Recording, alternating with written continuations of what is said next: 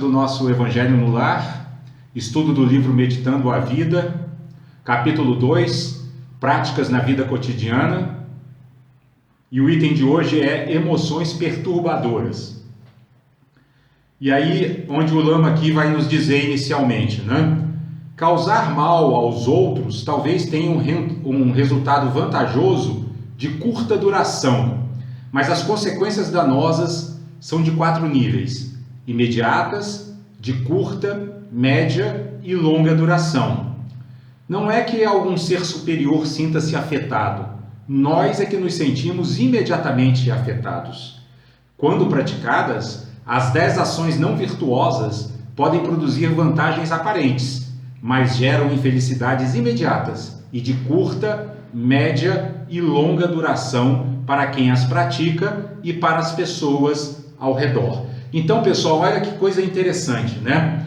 Nós estávamos falando agora há pouco mesmo, na nossa primeira parte, né, que a felicidade genuína, aquela que a gente adquire e não perde mais, ela é conquistada dentro de nosso próprio mundo interior, né?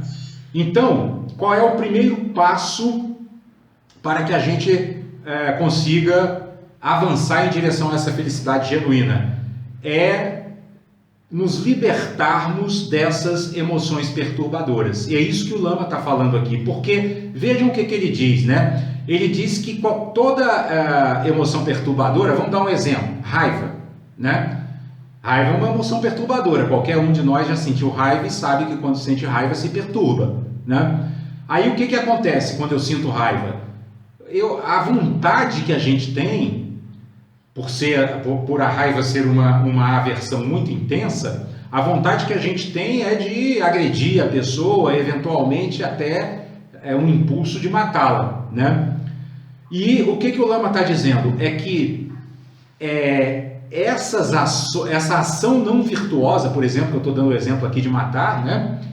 Ela vai gerar danos para nós mesmos. Por quê? Por causa do karma, por causa da lei de causa e efeito, né? E o que o Lama nos alerta aqui é que nós vamos ter efeitos de curta, média e longa duração, né? Então olha que coisa conectada com a nossa mensagem de hoje, né? A nossa mensagem de hoje dizia, o título dela era Bendigamos, né? Por quê? Porque bem dizer, ou seja, procurar ter uma fala que seja uma fala do bem, sempre vai gerar para nós méritos, sempre vai gerar para nós habilidades para que a gente lide com as nossas próprias emoções perturbadoras e com as emoções perturbadoras dos outros com mais equilíbrio, né? Então,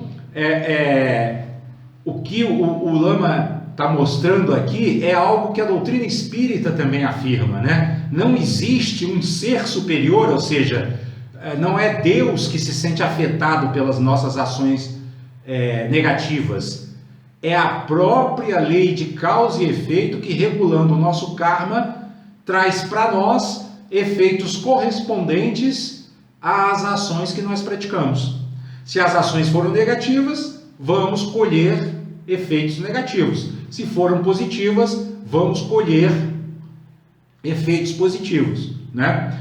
E o Lama segue dando exemplos, né, concretos, quando ele diz assim aqui no segundo parágrafo: quando alguém pensa, seria bom que tal ser morresse, isso é sofrimento imediato.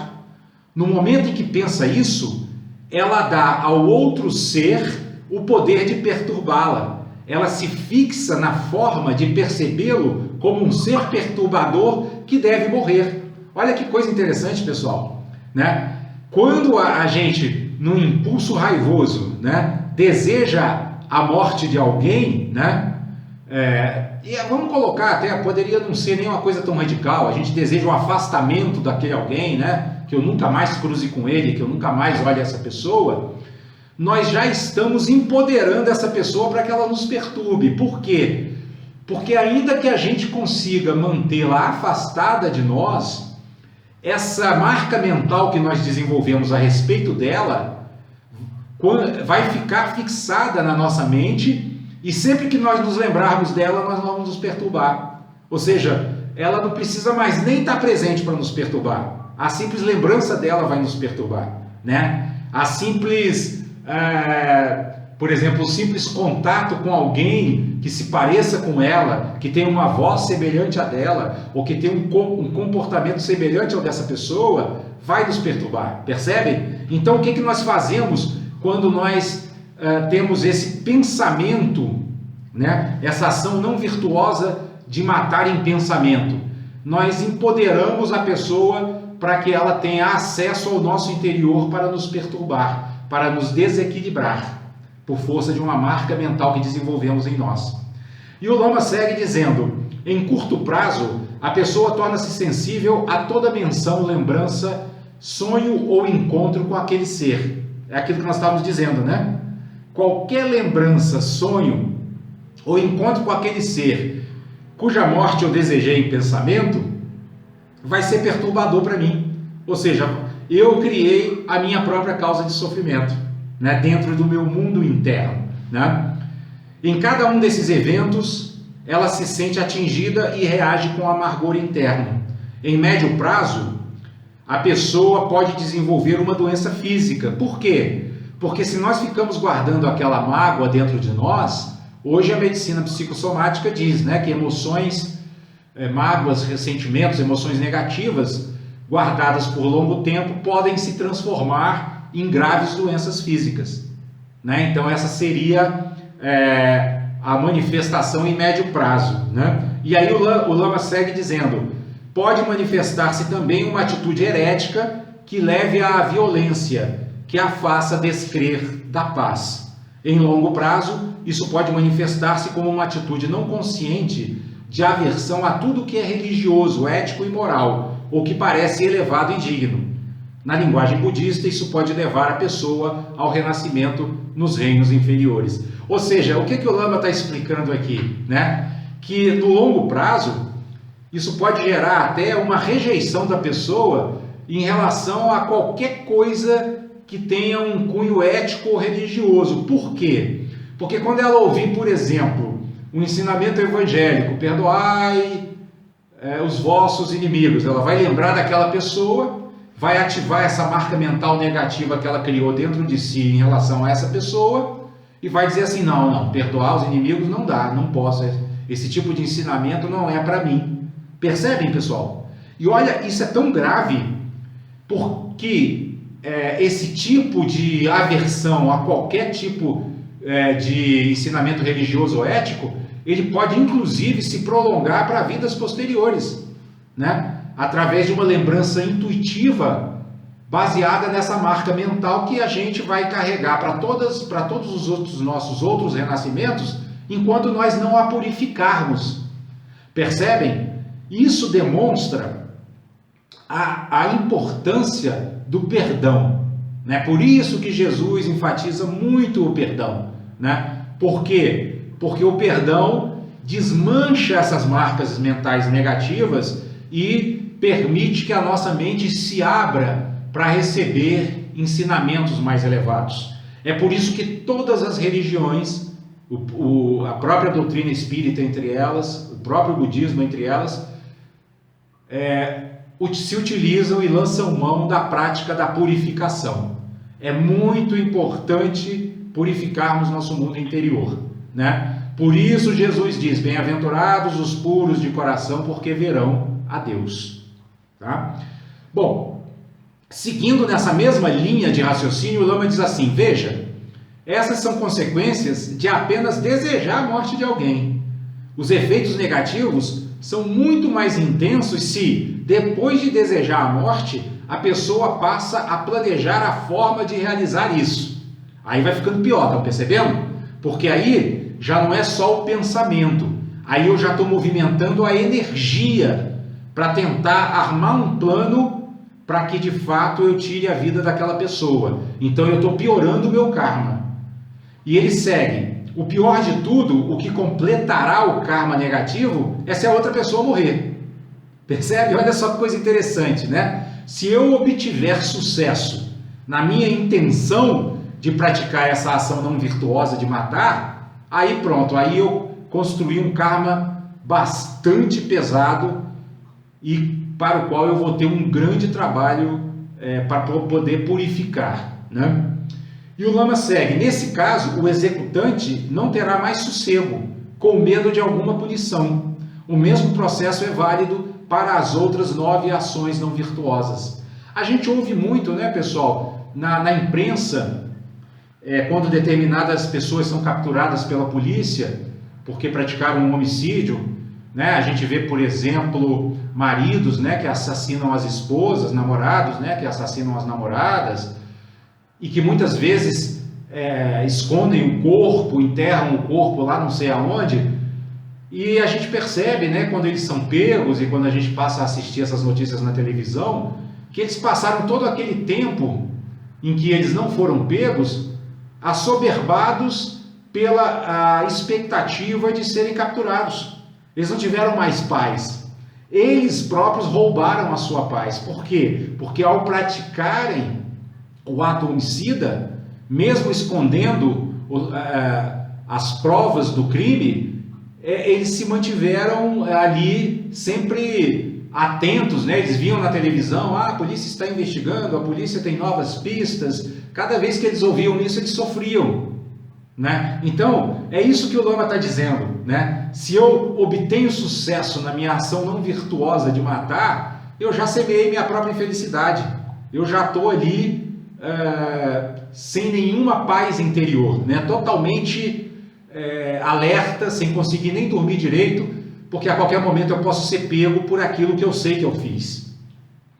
E o lama segue dizendo assim: curiosamente, todos os seres que estão em situações de sofrimento têm todos os argumentos para justificar suas ações equivocadas e não mudar. Quando a pessoa faz uma ação equivocada, não se dá conta dela e pensa que é bom, que aquilo trará benefício para ela. É o caso, por exemplo, a gente pode aqui falar, daquele que conseguiu eliminar um adversário, né? Matou um adversário, digamos assim, falar: agora pronto, né? Esse cara nunca mais vai me incomodar, né? Essa é a ideia que a pessoa tem, né? Mas por quê? Porque ela ignora as leis de causa e efeito, porque não são só as leis humanas, né, que também acabam pesando sobre a pessoa que comete crime, mas sobretudo são as leis divinas, é a justiça divina que não vai ter jeito, né? Vai entrar em ação e não vai entrar em ação posteriormente, porque como nós falamos aqui naquele exemplo agora há pouco, assim que a pessoa comete o crime, a sua paz interior já acabou. Ela já se tornou uma pessoa que não consegue mais ter tranquilidade na sua vida, porque está ali o tempo todo de olhos abertos para ver se não vai ser pega pelo crime que cometeu, né? E aí o lama segue dizendo assim: é o veneno da ignorância atuando. A pessoa não percebe que está construindo um longo karma de sofrimento para si mesma. A ignorância é a base de todas as emoções perturbadoras: orgulho, inveja, desejo, apego, obtusidade mental, carência e raiva, medo. Essas 6 emoções perturbadoras são assim chamadas, porque cada uma delas nos leva a cometer as 10 ações não virtuosas, construindo longas infelicidades, longos karmas. Só para vocês terem uma ideia do que o lama está falando aqui, né? Por exemplo, a emoção perturbadora do apego e do desejo, né, que estão juntos ali como um par, né, inseparável. É ela que leva as pessoas a roubarem, concordam? A pessoa está apegada a alguma coisa, ou seja, ela deseja muito aquela coisa, ela quer demais aquela coisa, não tem muitas vezes condições de comprá-la. O que ela vai fazer? Ela vai roubar. Então é isso que o lama está dizendo aqui, né? Todas as emoções perturbadoras levam a práticas de ações não virtuosas e, consequentemente, à construção de um karma negativo, de um karma pesado. Ou seja, elas nos afastam do caminho espiritual, né? E o mais importante de tudo isso é entender que a ignorância é que está na raiz de tudo isso, né? É justamente por ignorarmos essa interconexão entre todas as coisas, e no nosso caso específico, essa interconexão entre emoções perturbadoras, ações não virtuosas e karma negativo, é por nós ignorarmos isso que nós sofremos, né? Porque nós, por exemplo, que estamos aqui estudando a doutrina, estudando o Evangelho, Obviamente nós não roubamos, nós não matamos, provavelmente não faremos isso mais nessa vida, nem em vidas futuras. Mas a gente tem que ter muito cuidado com a nossa fala, que foi a nossa mensagem de hoje, e com os nossos pensamentos, né? Porque na fala, muitas vezes, com nossas palavras, a gente pode estar roubando a felicidade do outro, a gente pode estar roubando a tranquilidade do outro por causa de falas que muitas vezes nem são intencionais, nem são com má intenção, mas são por um certo descuido, né? Uma invigilância da nossa parte. E no que se refere à lei de causa e efeito, o fato de a ação ser consciente ou inconsciente não altera o resultado, né? Ações negativas geram karma negativo, sejam elas conscientes ou inconscientes. Então nós temos que ter também vigilância, temos que vigiar nossos pensamentos e nossa língua. Nesse tema nós vamos parar aqui, tá certo, pessoal? Na semana que vem a gente segue ainda nesse tema de emoções perturbadoras, mas já abordando sobre uma outra perspectiva, que é a perspectiva da motivação correta. Que é um tema que nós já abordamos aqui, mas que na semana que vem nós vamos abordar dentro desse contexto das emoções perturbadoras, né? Ou seja, a relação entre motivação correta e purificação das emoções perturbadoras.